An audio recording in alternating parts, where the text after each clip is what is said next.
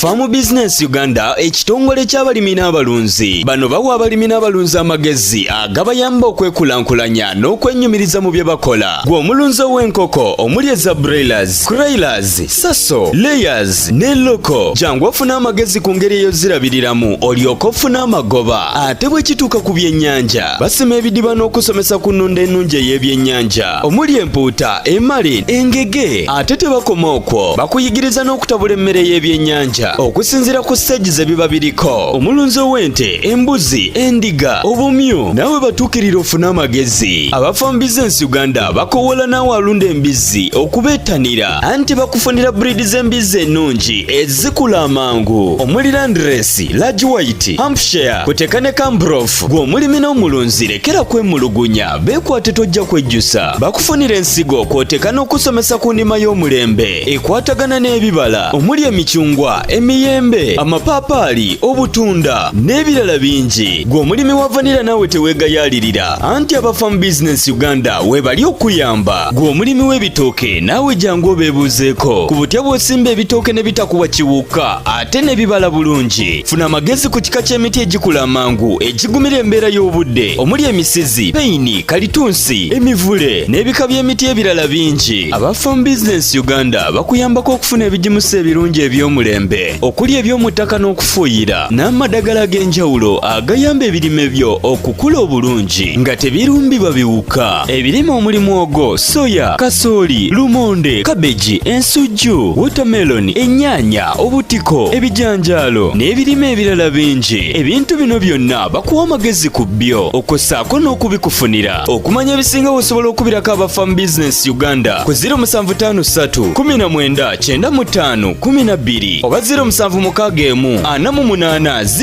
0004. Osobola n'obafunira ku WhatsApp ku 0752 83 84 89. Farm Business Uganda, farmer to farmer, mulimi ku mulimi.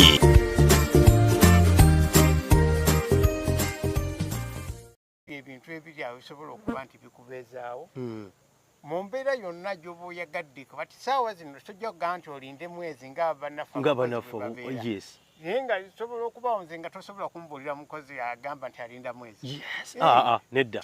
Tekisoboka. Kubanga akalimiro kano yes. bwe mba ngambye nti buli mwezi kasobola okunyingiriza ssente ezitegeerekeka. Ezitegeerekeka omusomesa nga tasobola kujja. Atasobolera ddala. Yes. Kati embeera eyo nkubiriza bannange. Mwettanira okulima. Yes. Kulima kulimu ssente. Yes. Kulima bugagga. Yes. Tobula mmere. Tokola otya. Yes. Kati nibanga embeera omulimu gwengambira nti oguyingiramu nga toli mu bukake gumala ne gukunyumira. Yes. Ate buli lwobanga ogujjamu 10 kitegeeza tokoowa. Kati bwe ŋŋenda n'entemayooka enkota zange nga 10 neŋŋenda nenkitwala mu katale. Yes. Kati enkota 10 ku mutindo gwa guno biguli ettooke lyako lyolaba eryo bwe kiba kitono nnyo. Yes. Nga tono bisinza okulibalira mu mutwalo. Kale tubaire ku mutwalo ekitono ennyo. Yes. Kati enkota 10 zibasiremeka. Emiliyoni yo namba. Kati miliyoni bwe ngitema omwezi. Nga tesibye ntunuulidde. Sibye ntunuulidde kuba tulina ebirala.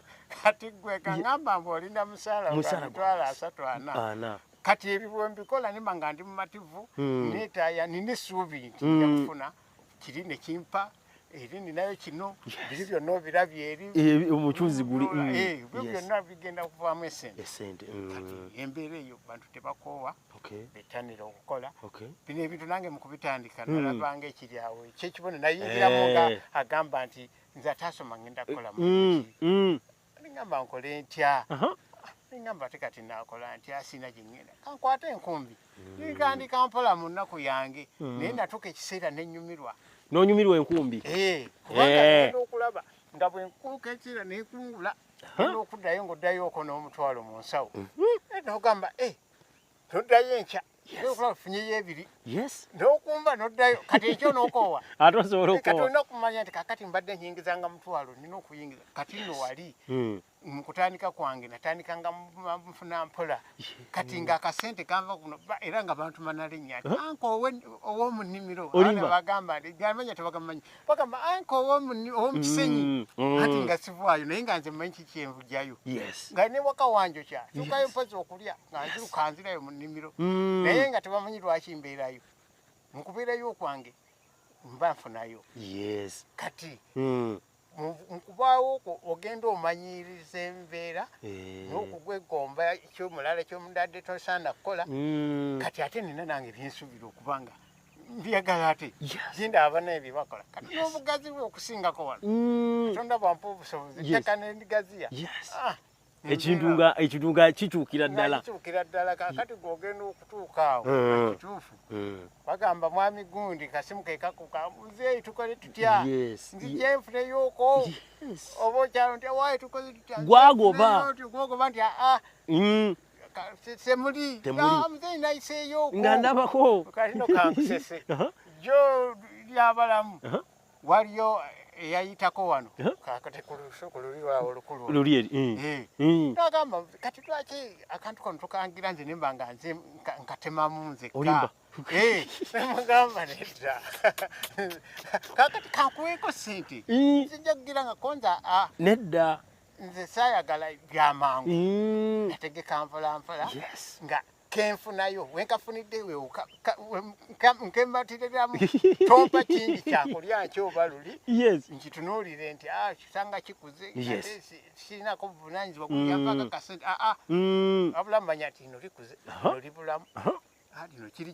kiti awo genda okulaba emirimu ginyuma baana basomye ekintu nga kitambula nebuuza nze ani ataasomesa ataasomesa webale nnyo kanga ngate n'abasoma abawe baganya okusoma ekituufu ekyo kituufu embeera eyo n'ogenda okulaba nga bajja ne bakubuuzaako amagezi gegengamba amagezi bobugagga ate nange sijagaana kuba omuntu amagezi kuba nange tegaali gange naye nagenda nkuppa osoma okwesigamu kyemmanyi nti nalaba ekintu kino nga nkyenyumize ngamba njagala okukola kino wakyagala kati ekintu kyonna bwe oba ng'okyagala kitambula nga bw'okyagala eri abantu anko ayingira akantu ako nkalobye wali eri nti yingira mu kulima nga tosuubira kintu ky'amaanyi nnyo naye kyonaafuna kibe nga kyekyo eri abantu abajja naabanga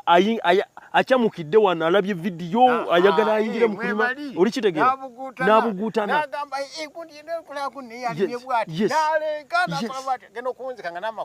gamulemye oli kitegeera buli awo butyo tebutegerekka yakiyingiramu fa alaba tebigize temuli sente naye nga yakiyingira kwagala kagwirawo oyo kitegeeza anko omuntu ayingire wano nga muntu wanaga nti ngenze saamuli mu kampuni wali omusaala ogwo oguvaayo emitwalo 3 tezimala naye oziwa respect noga nti nfuna omusaala kitegeeza bw'otandika mu kulima kuno otandika n'akatono ogenda olinnya mpola naffe weba nesi gye twatandikira gye mutulabira nze nalimako anko nali ngamba abantu abasinga nalimako acres 3 ez'ennyaanya si mu biseera bino emyaka nga 7 egiyise bino byetwogerako myaka nga 7 egikoze eki nepikira eke y'ennyaanya nenkuba tengeru wange ekezi naye njagala kugamba ekigambo kino sente ze nnakozesa omanyi kiyitibwa okuteeka esente ezo mu nnyaanya eke 3 ng'oziteekamu ennyaanya wazirimako naye kankuseseeko sajjamu ku sente ziwera mitwalo 30 naye lutu eyaddako era n'ensimba akasaanyi ne kajja ne kakuba kaliruno oli kitegeera naye saavaamu nti nno olw'okubanga kino kiganye okutuusa leero nti kati osobola okulima eka n'olima eka n'olima ate n'olimisa n'abalala oba n'olimira n'abalala oli kubanga okitegeera akapointi ako nze wenkalobedde keekali eri nti yingira mu kintu ng'ekinaavaamu kyonna oba mumativu nakyo kati noteagamba nti alina kyatunda tafaanana n'atalina ng'owozanga katooke gaagwa tooke lya 200 yes naye olirina otunda ki era ogenda okuwunzika nga muwayi yambaayo akatooke kano nja kulimiramu olulimbi awo yes kati kalayisi okola kalayisi kalina omugaso kajja koola wali eri yes oba oli awo embeera ogenda okulaba eteredde ekyanibadde ekyalayisi ogenda okulaba nga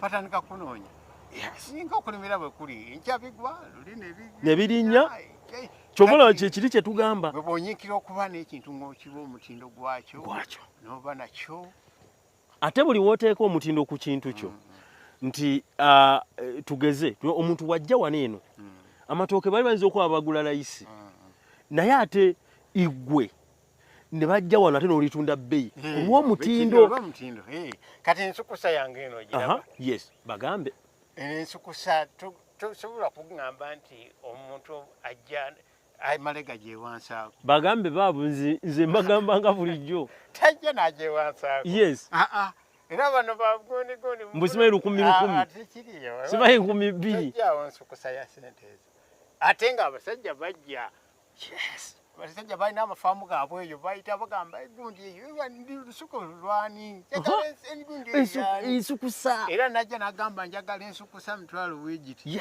n'omugamba njirina kasitompaamu obudde ekyo nkimanyi nti si bya bbamira nampa obudde ne mugaaka akati lunaku bwe luti sindika emmotoka egyetike era nga naye ng'alabye mutindo mpologoma ono ne jemusi oli gw'alina naye ekimulemeseza ogenda wa jemusi kubanga jemusi tali ku mutindo webale nnyo kati ate oluusi n'alowooza nti oli si mpologoma nalowooza nti oli si mpologoma era n'amanya nti ono ye mpologoma omutuufu so yembeera eyo wamma onjukiza ekintu bano abafere bano eno wajja okugamba eno yenkoko entuufu yennyini eno yentuufu naye nga enkoko oli zaalina naawe ono zaalina eno ye sasa entuufu eno nagijja mu baagundi yentuufu kubanga ono agiwadde ekyenjawulo nga ne waba otuuse weeri olaba nga yanjawulo anko waki tetugenda tugenda tujja kukomaokwe bannange mubadde sibula abalabi baffe abantu baffe abatuwuliriza yes kale ogwo omusomo gwo nsabye gubayingire era mubematiriremu muleme kukoowa buli lwoba nga ogumiikiriza otuuka ku kyoyagala kale n'olwekyo mube abagumiikiriza ekintu kiyingiremu n'obuvumu kola ekitono ky'osobola togaziya kuba nti wabula kola ekitono ky'osobola kibe n'omutindo ky'onoofunamu kyekijja okufuula ky'oli ogende ng'ogaziwa mpola mpola mpola mpola naffe bwetyo si bwe twali naye era tutuuse we tuli betasuubira nti oba osanga we tuli era kati nange ndi omuntu yebuuzibwako yenzaani osanga abasajja natuuka wanogayo omusajja owadde webuuza kuwezegagiragamba gundi okola otya ekintu kino nga nange sirina nnyo kusoma nti nasoma wabula wayagala omulimu gwo ne bye wasoma bye wayiga n'obiteeka mu nkola kakati ab'omu ofiisi bajja bakunoonya ogenda okulaba akwadde n'akatonda akasente kawa ogenda okukebera akagunga mulimu ekyabiri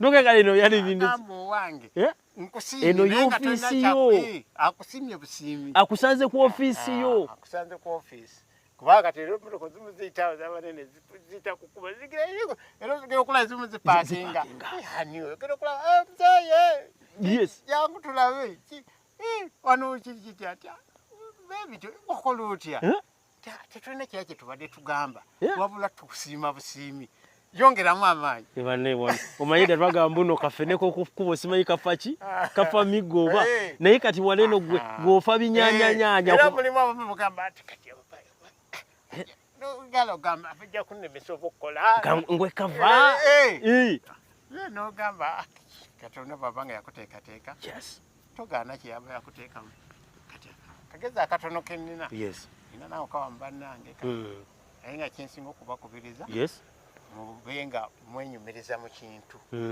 kintu okiyingiramu ng'okyagala tomala gagamba nti togenda mu kulima ng'oyagala kuba nti ogambe nti ngenda kufuna njagala kunoonya sente mu kulima tegeka ogambe nti njagala ntegekeyooko akalimiro kange nange mbenga gundi erigundi alina akasuku kakati mu kasuku ako mwe muliva amaanyi agakuweereza naawe n'ogamba nti kasuku kalabirira kalimu kino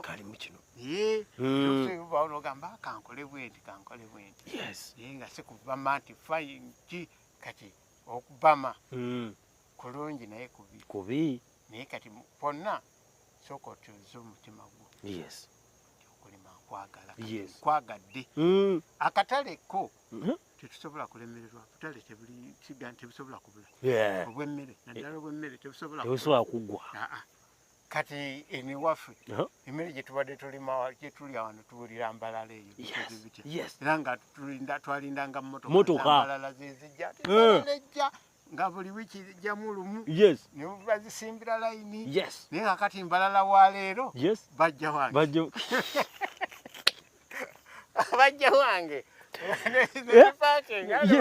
ne bagenda ne batula oli kubanga okitegeera basebo ne banya muzeeyi tali kuggwako mboozi tugenda komawo naye naye nga basebo woobanga weekute ku Farm Business Uganda bino ebirungi byofuna weekwate ku Farm Business Uganda subscribe ga sharinga link tegeza sharinga ku bantu bangi ola abantu betuli okubanga tulina abalimi bangi betufudde ensonga kati nga bali kwenyumiriza mu Farm Business Uganda Uganda ewo twenyumiriza muno ganti bane bantu mwe munkolera ffe twagala abantu naye betusanze ne tubanga mutulabye tuba tubasamunye ekitibwa so kusaba subscribing o sharing link anko tugenda komawo twongere osomesa abantu kyenjagala amagezi go naffe agaffe tugawadde nnyo naawe sheyalingako ku kyewayiga kisheyalingeko abalala basobo ne bannyabo bantu bangi betufudde ensonga kati naffe twagala tujja baleetanga mubenga mmwe nammwe mubafunamu mu mbeera efaanako oko bwetyo so mu mbeera efaana ankoleka tukome waneeno Farm Business Uganda ekitongole ky'abalimi n'abalunzi bano bawa abalimi n'abalunzi amagezi agabayamba okwekulankulanya n'okwennyumiriza mu bye bakola gwe omulunzi w'enkoko omuli eza broilers, crailers, saso, layers ne loko jangu ofuna amagezi ku ngeri ey'ozirabiriramu olyoke ofune amagoba ate bwe kituuka ku byennyanja basima ebidiba n'okusomesa ku nnunda ennungi ey'ebyennyanja omuli empuuta, emali, engege ate tebakoma okwo bakuyigiriza n'okutabula emmere y'ebyennyanja okusinzira ku stage ze biba biriko omulunzi w'ente embuzi endiga obumyu nawe batuukirira ofuna amagezi aba Farm Business Uganda bakowola naawe alunda embizi okubeetanira anti bakufunira breed z'embizi ennungi ezikula amangu omuli Landrace, Large White, Hampshire kuteka ne Cambrough gwe omulimi n'omulunzi lekera kwemulugunya beekwate tojja kwejjusa bakufunira ensigo kwoteka n'okusomesa ku ndima y'omulembe ekwatagana n'ebibala omuli emicungwa emiyembe amapaapaali obutunda n'ebirala bingi gwe omulimi wa vanira naawe teweegayaalirira anti aba Farm Business Uganda webali okuyamba gwe omulimi w'ebitooke naawe jangu obeebuuzeeko ku butya bw'osimba ebitooke ne bitakuwa kiwuka ate ne bibala bulungi funa amagezi ku kika ky'emiti egikula amangu egigumira embeera y'obudde omuli emisizi peyini kalitunsi emivule n'ebika by'emiti ebirala bingi aba Farm Business Uganda bakuyambako okufuna ebigimusa ebirungi eby'omulembe okuli eby'omu ttaka n'okufuuyira n'amadagala ag'enjawulo agayamba ebirime byo okukula obulungi nga tebirumbibwa biwuka ebirime omuli muwogo soya kasooli lumonde kabeji ensujju watermelon ennyaanya obutiko ebijanjaalo n'ebirime ebirala bingi ebintu bino byonna bakuwa amagezi ku byo okossaako n'okubikufunira okumanya ebisinga osobola okubirako aba Farm Business Uganda ku 0753 19 95 12 oba 0761480004 osobola n'obafunira ku WhatsApp ku 0752 83 84 89. Farm Business Uganda, farmer to farmer, mulimi ku mulimi.